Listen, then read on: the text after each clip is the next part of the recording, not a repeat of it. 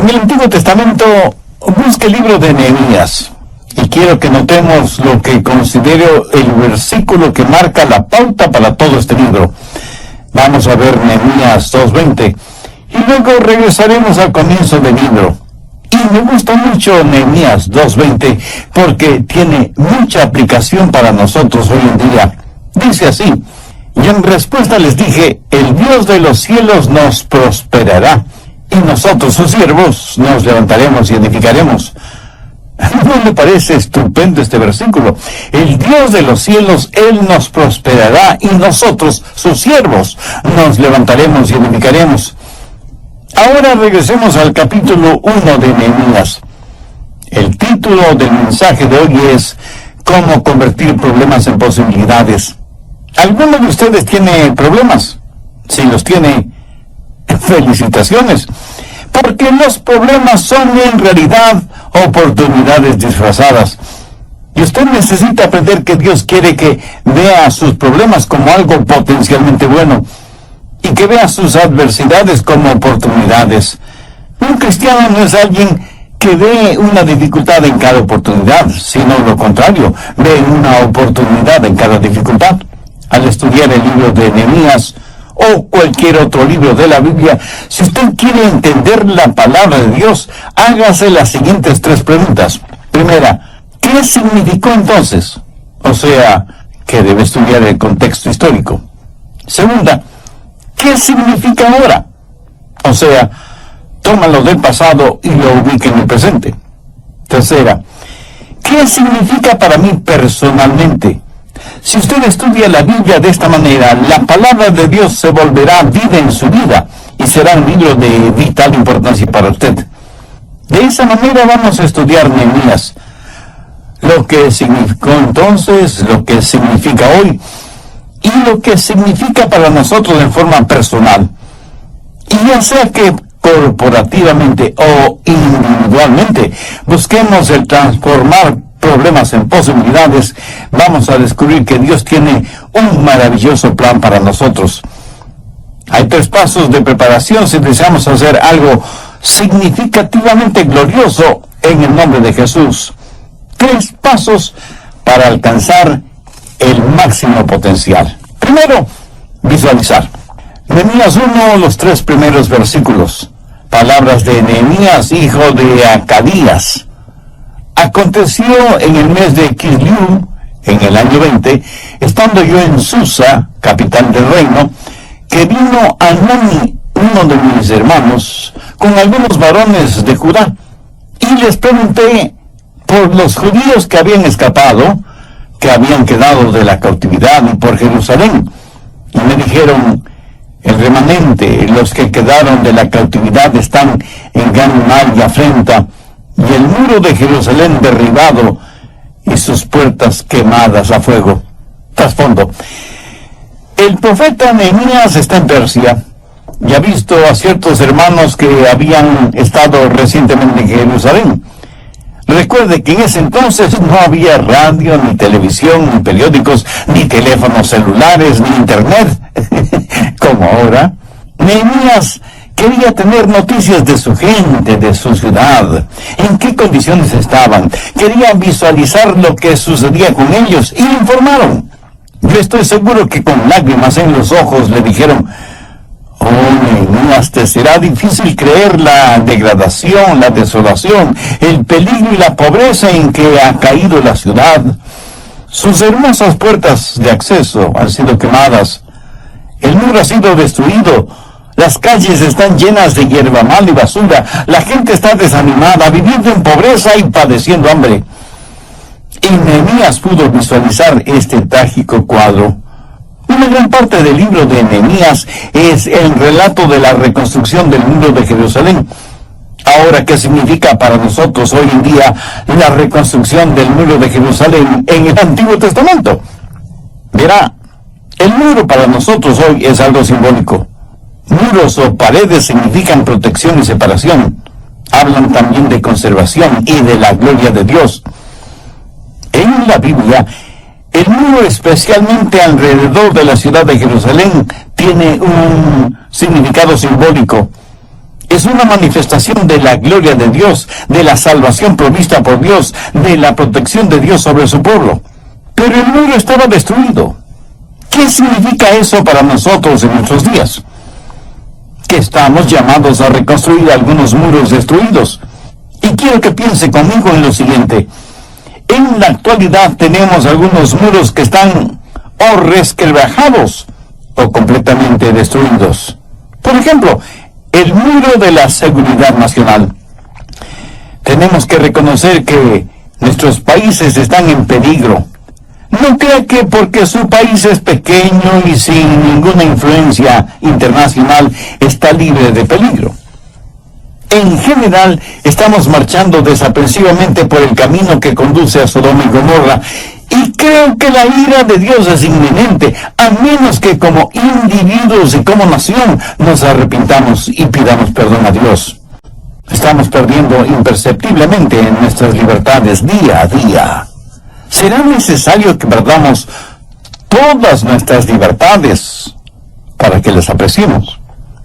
En 1808, el político irlandés John Philpot Curran dijo: la vigilancia eterna es el precio de la libertad. Pero nos hemos olvidado de estar vigilantes porque nos hemos olvidado de Dios. ¿Cuál es el resultado de esto? Pues solo mire a su alrededor. Estamos viendo el colapso de la moralidad, la desintegración de la familia, el nivel del crimen ha alcanzado cifras escalofriantes y estamos viviendo en el siglo más sangriento de la historia humana. Este es el fruto que estamos cosechando, porque nos hemos olvidado de Dios. Ahora escuche atentamente lo que voy a decir. Aunque en la actualidad no se hable mucho del comunismo, eso no quiere decir que ha desaparecido. No, está agazapado en las sombras, porque tiene la firme convicción de que ellos conquistarán nuestro país sin disparar un solo tiro. Creen que caeremos en sus manos como fruta pasada de madura. Y quiero que sepa lo siguiente acerca del comunismo. Muchos jóvenes no aprenden en los colegios o universidades el peligro que representa el comunismo, porque contrario a la opinión popular, el comunismo no es primordialmente un partido político ni una teoría económica. Es una forma perversa de religión que tiene a Carlos Marx como su Mesías y como Biblia, el libro El Capital, que él escribió. Y es una religión con énfasis misionero. Sus misioneros van por todo el mundo predicando que Dios no existe. Y tienen que hacer esto porque si no lo hacen, su plataforma se vendría al suelo. El comunismo es una religión impía. Verá, una vez que se niega la existencia de Dios, entonces el ser humano ya no tiene ninguna importancia. El hombre no es más que materia en acción. No es alguien hecho a la imagen de Dios. Y como no es más que una máquina sofisticada, puede ser exterminada. Por eso no es extraño que este mismo momento en algunos países dominados por un comunismo extremista, miles de personas estén siendo asesinadas, porque el comunismo es indescriptiblemente inmoral en todos sus caminos. Y si es que el ser humano no es más que ser un animal, no debe extrañar a nadie que el comunismo trate a las personas como animales. Alguien dijo que el plan comunista para conquistar nuestros países es el siguiente: cercamiento externo y demoralización interna, más chantaje termonuclear para obtener una rendición progresiva. Y eso es exactamente lo que está pasando. Estamos rindiéndonos, renunciando a nuestras libertades morales y éticas día a día, paso a paso, camino hacia atrás, cumpliendo inocente o tontamente con la consigna comunista. Lo que muchos no comprenden es que el comunismo es una idea, una filosofía que no se puede eliminar con una bala. Lo único que puede vencer una idea es otra idea superior. Y esa idea superior no es el capitalismo, sino el cristianismo. La única cosa que podrá vencer a una impiedad militante será una piedad militante. Dicen que el promedio de existencia de una civilización es de 200 años y que las naciones comienzan a sucumbir y las murallas de defensa derrumbarse en 9 ciclos. Primero, de la esclavitud a la fe espiritual. Segundo, de la fe espiritual al coraje, la osadía. Tercero, del coraje a la libertad. Cuarto, de la libertad a la abundancia. Quinto, de la abundancia al egoísmo. Sexto, del egoísmo a la complacencia. Séptimo, de la complacencia a la apatía. Octavo, de la apatía a la dependencia. Y noveno, de la dependencia de regreso a la esclavitud. Creo que en términos generales, nosotros nos encontramos entre los ciclos 7 y 9, y las paredes se derrumban, y necesitamos reconstruirlas para defender nuestra vida espiritual y nuestra nación. Armamento bélico tenemos más que suficiente, pero ya casi no tenemos armamento espiritual. Muchos países del mundo son áreas de desastre debido a inundaciones, huracanes, terremotos, deslizamientos. Eso en lo físico, lo material. En lo moral, hace 100 años, solo el 3% de los matrimonios terminaba en divorcio. En la actualidad, más del 60% de los matrimonios terminan en divorcio. ¿Se dan cuenta? En 100 años, el porcentaje de hogares destruidos ha ido del 3% al 60%. Las paredes morales casi han desaparecido. Tanto es así que hay un poderoso movimiento socioliberal que proclama que el divorcio es bueno y que en última instancia no son los padres los que deben encargarse de la educación y la formación moral y espiritual de los hijos, sino agencias y personas especializadas. Lo que están diciendo con esto es que quieren hacerse cargo de nuestros hijos, de nuestros nietos, para indoctrinarles y lavarles el cerebro para que estén listos a funcionar en la nueva sociedad que ya está siendo creada. Y tenemos que visualizar todo esto. No podemos ser como el avestruz enterrando nuestra cabeza en la arena, como si por eso la realidad dejara de ser realidad. Las paredes de la decencia se están destruyendo. Antes el material pornográfico solo se lo vendía en ciertos lugares de dudosa apariencia. Hoy encontramos material pornográfico en cualquier lugar de revistas, en librerías, en los aeropuertos y en la actualidad en la internet, por supuesto. Ya nada nos sorprende ni nos llama la atención.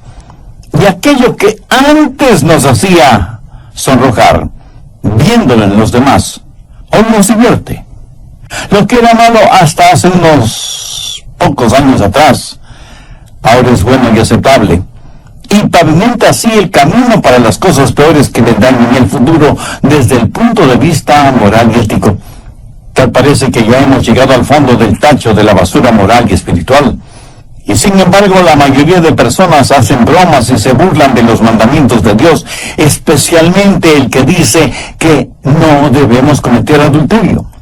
En nuestros días hemos aceptado la pornografía como una cosa natural, y eso asusta. Y la gente dice, pues no hace ninguna diferencia, la pornografía no afecta a nuestros hijos ni a nuestro matrimonio. Con todo respeto, pero tengo que decirlo, es una estupidez el decir que la pornografía no afecta a nuestra mente. Proverbios 6, los versos 27 y 28 dicen, ¿tomará el hombre fuego en su seno sin que sus vestidos ardan?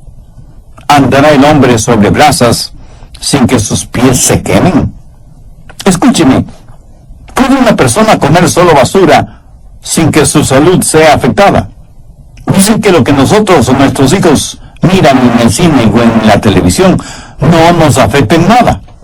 Si eso es cierto, ¿por qué la industria y el comercio invierten millones de dólares en propaganda si las personas que miran y escuchan esas propagandas no van a ser afectadas o influenciadas de ninguna manera? ¿Por qué poderosas empresas pagan millones por un minuto de propaganda de sus productos en la televisión si saben que eso no afectará en nada a los televidentes? Por supuesto que somos afectados por lo que escuchamos y por lo que vemos, ya sea que se trate de productos alimenticios, de automóviles nuevos, de fisicoculturismo, de televisores de alta definición y principalmente de sexo. De hecho, lo que vemos nos está molestando porque aquello que estimula nuestra mente determina lo que somos. No en vano las murallas de la decencia moral están prácticamente en escombros.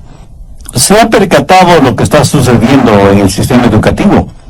Hemos permitido que se prohíba la oración en las escuelas. O sea, hemos sacado a Dios de los centros educativos. Con Dios y sus palabras fuera de las aulas, se abrieron las puertas para el evolucionismo, el homosexualismo, el libertinaje sexual, el aborto, las enfermedades venéreas, la violencia, las drogas. Para poder poner en vigencia todas estas cosas, era necesario sacar a Dios y prohibir su palabra. Reconozco que probablemente hay profesores y profesoras que quieren enseñar a sus alumnos a que hagan lo correcto. Pero en nuestro mundo moderno, ¿quién determina lo que es correcto o incorrecto? Solamente Dios puede hacerlo. Por eso, como individuos y como nación, debemos retornar a Dios. ¿Cómo podemos gobernarnos moralmente?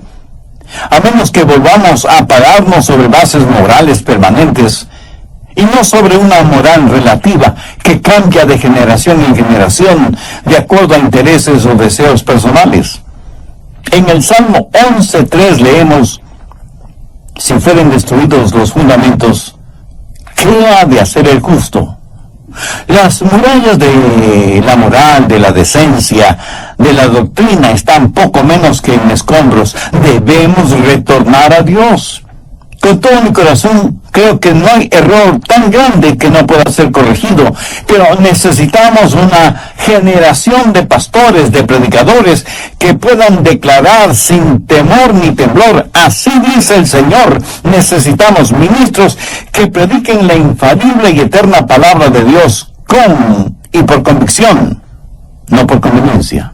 En el programa anterior mencioné que hay 3 pasos de preparación si deseamos hacer algo significativamente glorioso en el nombre de Jesús.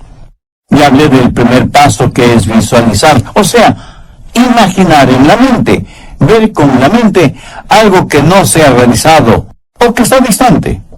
Y eso es lo que pasó con Nehemías en relación con Jerusalén. Él estaba en Susa, en Persia, y recibió noticias de que los muros de Jerusalén estaban destruidos y las puertas quemadas. Y dije que por analogía hemos permitido que nuestros muros de moralidad y decencia sean destruidos poco a poco, permitiendo que un liberalismo teológico y doctrinal se infiltre en las iglesias. Por eso en algunas iglesias ya no se predica en realidad la palabra de Dios, sino el pensamiento de los hombres. Desde algunos púlpitos se hace más y más énfasis en que nosotros somos los capitanes de nuestro propio destino, que depender de la seguridad de las promesas de Dios. El tema de predicación actual parece ser la tolerancia. Y aunque lo que dicen suene muy bonito y atractivo, no es bíblico. Pero muchas personas, aún creyentes, piensan que en verdad debemos ser tolerantes. Mi amigo, si usted piensa así, está en su derecho. Siga siendo tolerante y terminará tolerando todo, hasta lo intolerable. Continuemos. Antes de que malinterprete lo que acabo de decir, permítame aclarar algo. No digo que no debemos amar a las personas como individuos, quien quiera que sean, donde quiera que estén, cualquiera que sea su filosofía, o su credo, o su raza, o su color. Deben ser amadas porque Jesús las ama, sin que importe quiénes sean. Pero no debemos tolerar filosofías o credos o enseñanzas impías que minimizan quién es Dios y destruyen las fibras espirituales, éticas y morales, no solo de las personas, sino también de las naciones. Segundo paso, agonizar. Nehemías 1:4. Cuando oí estas palabras me senté y lloré, e hice duelo por algunos días. Y ayuné y lloré delante del Dios de los cielos. ¿Qué clase de oración fue esa? Fue una oración de contrición. Fue una oración en donde Nehemías lloró amargamente e intensamente por su ciudad. En nuestro mundo moderno parece que ya nos sentimos con esa intensidad. Ni las gentes, ni las iglesias, ni las naciones oran y lloran. Hemos perdido hasta la capacidad de sonrojarnos. ¿Cuándo fue la última vez que usted tuvo o estuvo en una vigilia de ayuno y oración? ¿Cuándo fue la última vez que usted lloró por el alma de una persona no salva? En la actualidad oramos sin lágrimas, damos sin sacrificio, y el ayunar es casi desconocido, aún entre gente religiosa. Entonces no debe llamarnos la atención el que sembremos y nada cosechemos. Llorar, orar, ayunar, buscar afanosamente el rostro de Dios es una virtud que se ha perdido. Y no hay forma de regresar a Dios a menos que comencemos a orar con contrición, con quebrantamiento interior. Pero la oración de Nehemías no solo fue de contrición, sino también de confesión. Mire lo que dice en el verso 6. Esté ahora atento tu oído y abierto tus ojos para oír la oración de tu siervo, que hago ahora delante de ti día y noche, por los hijos de Israel, tus siervos, y confieso los pecados de los hijos de Israel que hemos cometido contra ti. Sí, yo y la casa de mi padre hemos pecado. Esta confesión en oración fue nacional y personal. Nehemías dijo: Israel ha pecado y yo he pecado. Amigos que me escuchan, debemos orar por nuestras ciudades, nuestros países. Debemos arrepentirnos en forma nacional, pero esto no nos será posible, a menos que primero nos arrepintamos en forma personal. Veamos los versos del 8 al 10. Acuérdate ahora de la palabra que diste a Moisés tu siervo, diciendo: si vosotros pecareis, yo os dispersaré por los pueblos, pero si os volviereis a mí, y guardareis mis mandamientos, y los pusiereis por obra, aunque vuestra dispersión fuere hasta el extremo de los cielos, de allí os recogeré, y os traeré al lugar que escogí para hacer habitar allí mi nombre. Ellos pues son tus siervos y tu pueblo, los cuales redimiste con tu gran poder y con tu mano poderosa. Mi amigo, la oración no es para cambiar los designios de Dios, sino más bien pidiendo ayuda para cumplir su voluntad. Encuentre una promesa de la palabra de Dios que signifique algo que Dios quiere que usted haga y póngase a hacerla, póngase en acción. La oración de Nehemías fue una oración de contrición, de confesión, de confianza y de entrega. Veamos el verso 11. Te ruego, oh Jehová, esté ahora atento tu oído a la oración de tu siervo y a la oración de tus siervos, quienes desean reverenciar tu nombre. Concede ahora buen éxito a tu siervo y dale gracia delante de aquel varón, porque yo servía de copero al rey. Nehemías tenía un trabajo muy importante. Era copero de este rey rico, importante, y se daba el lujo de tener un copero que todos los días venía trayendo para el rey vino y deliciosos bocaditos. Ser copero del rey era un trabajo muy importante y muy bien remunerado, porque tenían que estar con el rey siempre, aún en los momentos más personales, a menos que el rey manifestara lo contrario. Por lo tanto, Nehemías estaba ajeno a la pobreza, a la degradación y a la destrucción detrás de las murallas de Jerusalén. Estaba cómodo y tranquilo en el palacio, desempeñando fiel y honestamente su trabajo, pero Dios tenía planes especiales para él. Cuando Nehemías tuvo noticias de lo que sucedía en Jerusalén, se dijo: por la gracia de Dios voy a involucrarme en esa obra. Dios, sé que me estás llamando y sé que prosperarás la obra que me has confiado. No me importa abandonar la comodidad, riqueza, e influencia que tengo aquí en el palacio. Quiero entregarme por completo a tu voluntad. Tercer paso, organizar. La gente a veces se vuelve tan espiritual que fracasa en hacer cosas prácticas. Lo extraordinario de Nehemías es que él fue profundamente espiritual e intensamente práctico. Y cuando Dios comenzó a moverse en el corazón de Nehemías y él supo de las murallas destruidas de Jerusalén y de las necesidades de su pueblo, su mente comenzó a trabajar y a desarrollar un plan guiado por los pensamientos de Dios. Cuando como cristianos en forma personal o como iglesia en forma congregacional hacemos planes, debemos empapar y saturar nuestros planes en oración para asegurarnos de que no son en realidad nuestros planes, sino los planes de Dios. A algunas personas no les gusta planificar. De hecho, muchas piensan que si usted es muy organizado, no es espiritual. Escúcheme, usted no es espiritual si es un desorganizado. Porque Dios es un Dios muy práctico. Y Él dice que todo debemos hacerlo decentemente y en orden. Veamos Nehemías 2, versos del 1 y 2. Sucedió en el mes de Nisán, en el año 20 del rey Artajerjes, que vine delante de él, tomé el vino y lo serví al rey.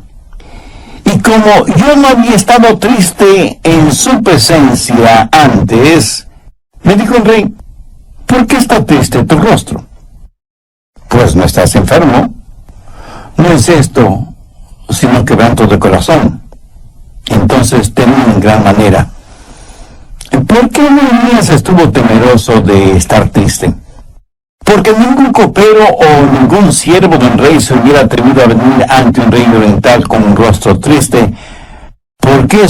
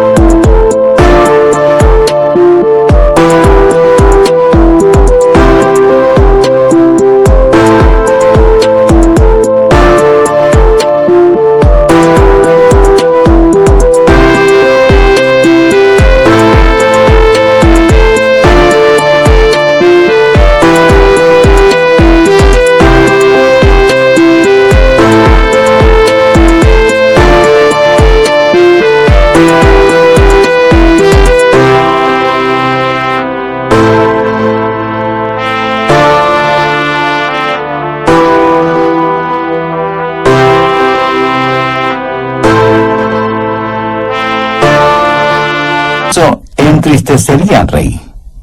Por lo tanto, estar triste delante del rey era imperdonable y el castigo era la muerte. Por eso Nehemías tuvo temor. Y el rey le dijo, tú no estás enfermo, entonces, ¿por qué estás triste? Nehemías tenía una carga sobre su corazón que no podía ocultar, y la tristeza que tenía en su corazón se reflejaba en su rostro. Pero Nehemías había orado y había buscado el rostro de Dios. Verso 3. Y dije al rey, para siempre viva el rey. ¿Cómo no estará triste mi rostro cuando la ciudad casa de los sepulcros de mis padres está desierta y sus puertas consumidas por el fuego? Me dijo el rey, ¿qué cosa pides? Entonces oré al rey de los cielos. ¿Cree usted que Nehemías respondió lo primero que se le ocurrió? De ninguna manera. Él había estado planificando por 4 meses. Él sabía exactamente lo que quería. Y él le pidió al rey 3 cosas que nosotros también necesitamos pedir a nuestro rey de reyes. Primero, el permiso de un rey terrenal. Escuche, no era el rey terrenal el que estaba dando el permiso. ¿No sabe usted que los reyes terrenales están controlados por el Rey Celestial, el Rey de Reyes. La Biblia dice que el corazón del Rey está en manos del Señor, y como ríos de agua, lo dirige como Él quiere. Segundo, pidió la protección del Rey. Verso 7. Además, dije al Rey, si le place al Rey, que me den cartas para los gobernadores al otro lado del río, para que me franqueen el paso hasta que llegue a Judá. Nehemías le está diciendo al rey que al viajar y cruzar fronteras, muchos le preguntarán quién es él y qué autoridad tiene. Por eso le solicita documentos oficiales que prueben que tiene el permiso del rey Artajerjes. En otras palabras, Nehemías le dice al rey, Rey, quiero tu protección. Amigo, ¿no le da gozo el saber que como hijo de Dios, usted tiene la protección del Rey del universo? ¿No le fascina y emociona el saber que todas sus promesas están en la Biblia? ¿No le parece maravilloso el que Él nos haya dado autoridad? Jesús nos ha dado autoridad sobre el poder del enemigo, porque Él mismo dijo, toda potestad, o sea, autoridad, me es dada en el cielo y en la tierra, por tanto, id y haced discípulos a todas las naciones, y yo estoy con vosotros todos los días hasta el fin del mundo. Tercero, solicitó la provisión del rey. Veamos Nehemías 2:8. Y carta para Asaf, guarda del bosque del rey, para que me dé madera para enmaderar las puertas del palacio de la casa, y para el muro de la ciudad, y la casa en que yo estaré. ¿Qué está diciendo? El rey, para lo que es necesario hacer y construir, se requiere una buena cantidad de materiales. Ahora, note con mucho cuidado lo que Nehemías dice al final del verso 8. Y me lo concedió el rey, según la benéfica mano de Dios sobre mí. ¿Lo ven? El rey Artajerjes solo fue un instrumento en las manos del rey de reyes. Anote al margen Proverbios 21:1. Como los repartimientos de las aguas, así está el corazón del rey en manos de Jehová, a todo lo que él quiere lo inclina. Escúcheme, hasta que usted no vea, por así decirlo, la carga que el Señor le ha dado y agonice frente a esa responsabilidad y confiese sus pecados y entregue en forma total su ser a la voluntad de Él, usted no tiene el derecho de organizar nada o empezar nada. Usted debe ser capaz de decir, Dios, solicito tu permiso, quiero tu protección y necesito tu provisión porque estoy listo para la labor. Ahora, yo no estoy hablando de construir un edificio, estoy hablando de construir una vida, de construir una familia, de construir buenas relaciones interpersonales. Ya es tiempo de que los hijos e hijas de Dios empiecen a actuar como eso, como hijos e hijas de Dios. La Biblia dice que los hijos de Dios harán cosas extraordinarias. Yo pido que usted sea ayudado por Dios, para que Dios le ayude a usted, para que Dios me ayude a mí, nos ayude a nosotros a entender lo que esos acontecimientos significaron entonces, lo que significan ahora y lo que significarán para nosotros en forma personal. ¿Qué es lo que Dios le está enseñando a usted, a mí ahora mismo, en el lugar en el cual Él nos ha puesto? Que ya es tiempo.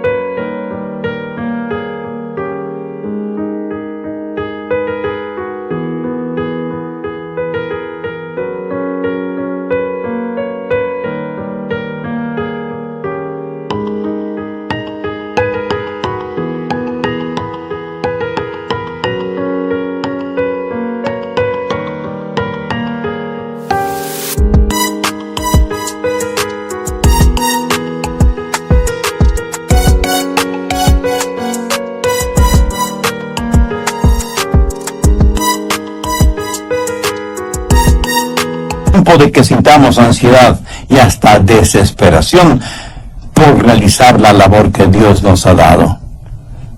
Voy a orar una pequeña oración y le invito para que usted ore también conmigo si es que aún no tiene a Cristo como su Salvador. Ore con sus propias palabras, pero ore con convicción, con fe, sinceramente.